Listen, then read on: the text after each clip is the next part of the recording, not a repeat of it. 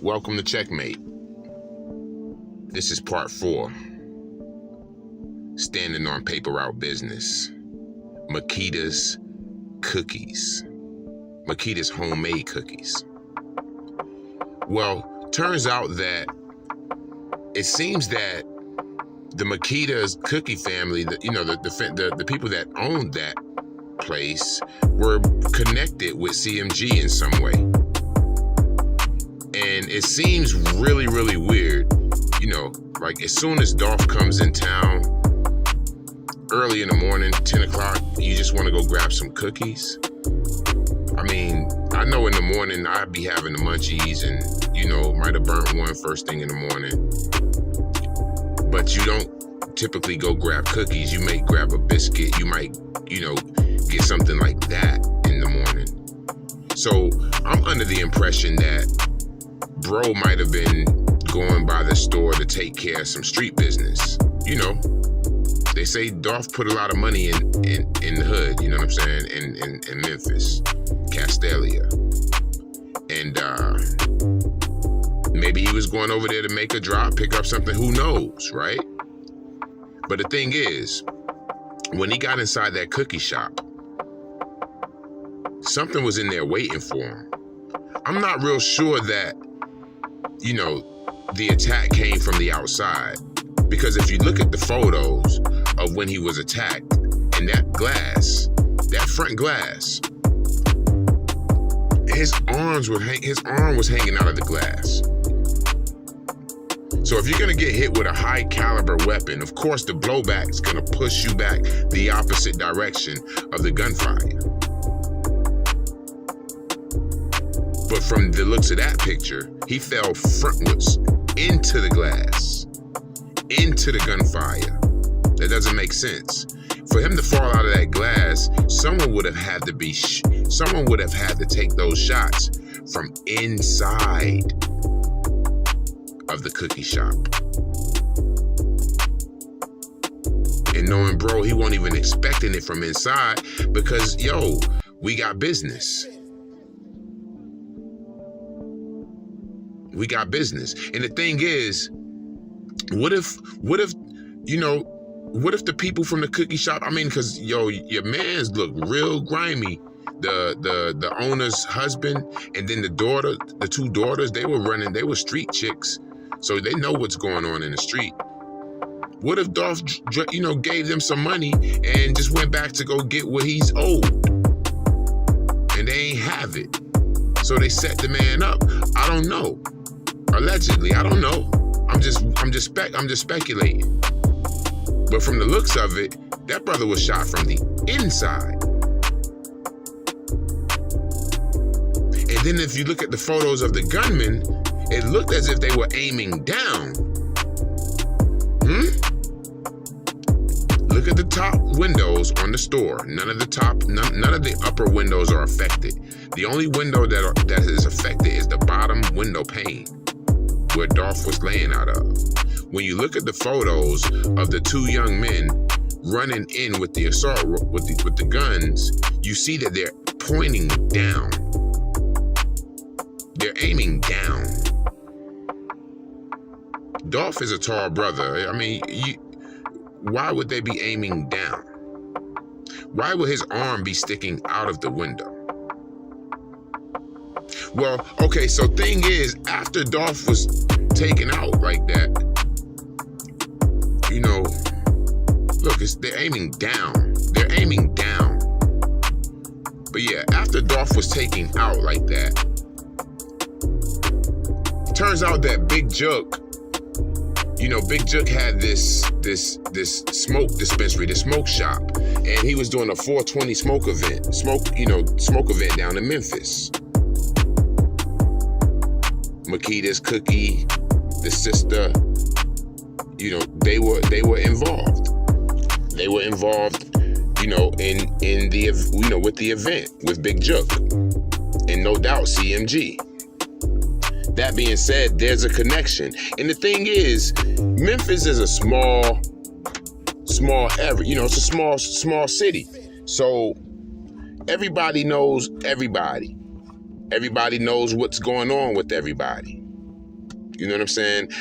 I listened to a interview from another brother from Memphis, and to hear him say it is like a belt line that circles around Memphis. You could hit north, south, east, west on this same stretch of highway. So everybody's basically connected. So to wonder if the people from Makeda's butter cookies would know Big Jook, Yo Gotti, and all of those guys, it's a no-brainer. Of course they know each other. Of course they know each other. Don't you know a couple of brothers in your hood that you don't necessarily rock with, but I mean, they're in the same city, so you pretty much know them. You know what's going on with them. You've heard. So to hear that they may have had some sort of connection with CMG, it wouldn't surprise me at all.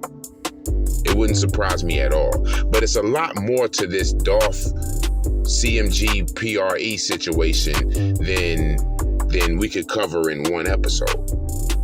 There's a lot of layers to this. There's a lot of layers. On our next episode, we're going to speak on the Gucci Mane Yo Gotti beef, which had a little stuff to, a little bit to tie into this as well. But back to this Makeda's homemade butter cookie store. So when he was shot, laid there out the front of the window with his arm sticking out of the window, right? And you see the photos of the young men aiming down, shooting. It leads me to believe that he was already shot, hit the ground. They come through to hit and make it seem as if that's where all of the assault came from, outside. And then they turn around, head back to the car, pull out. To my understanding from the insurance agent, from Black Youngster's insurance agent, they hopped into his lady's car. His girl, baby mama, whatever. They hopped into her car. The car that's in Black Youngster's name, that white Mercedes with the dent behind the passenger door. And they pulled out. Now, when they pulled out, allegedly, there's a guy who was with Dolph. This guy, the slim dude with dread, they say he always was with Dolph. If he's always with Dolph, anyways, they say the guy was with Dolph, start firing off on the car. Just start firing off on the car.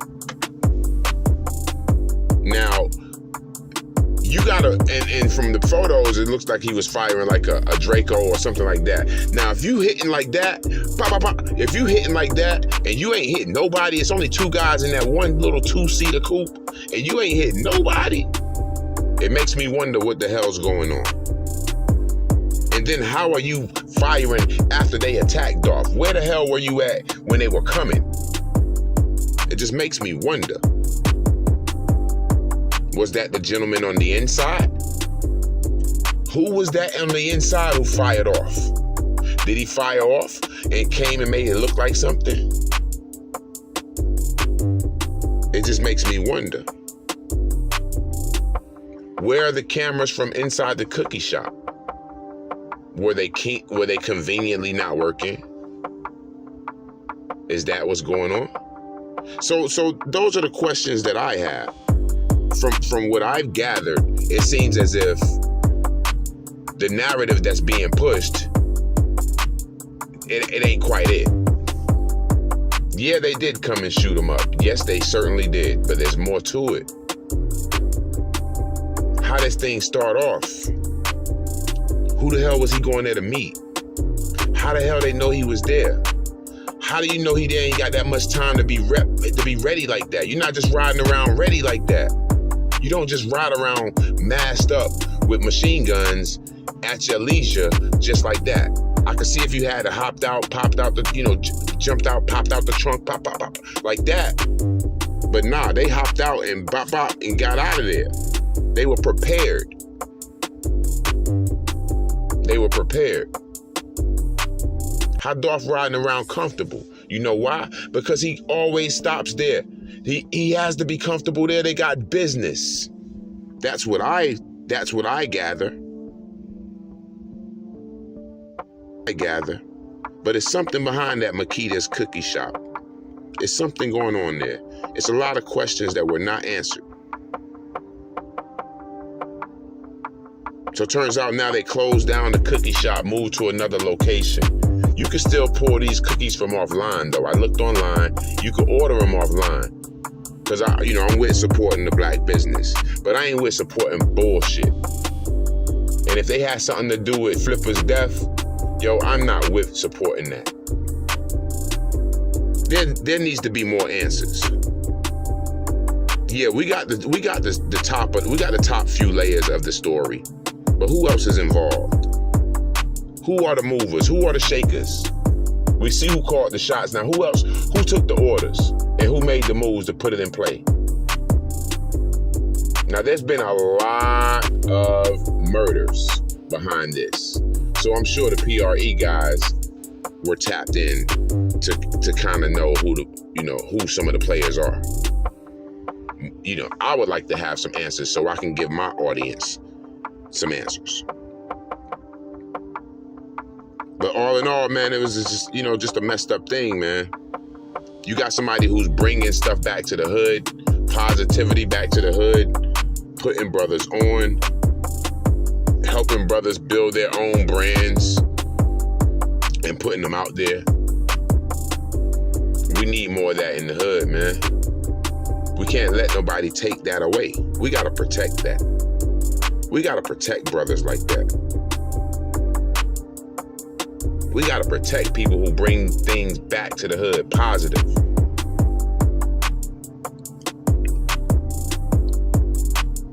I know that in Memphis,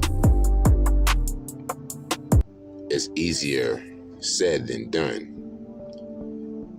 So you have to try to stay positive amidst a lot of negativity.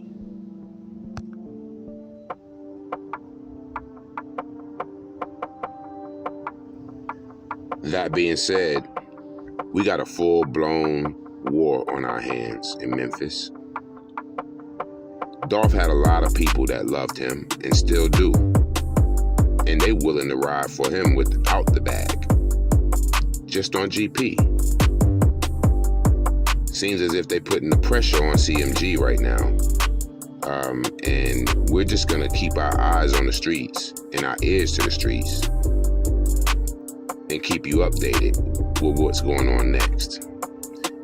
Stay tuned. I'll see you in part 5.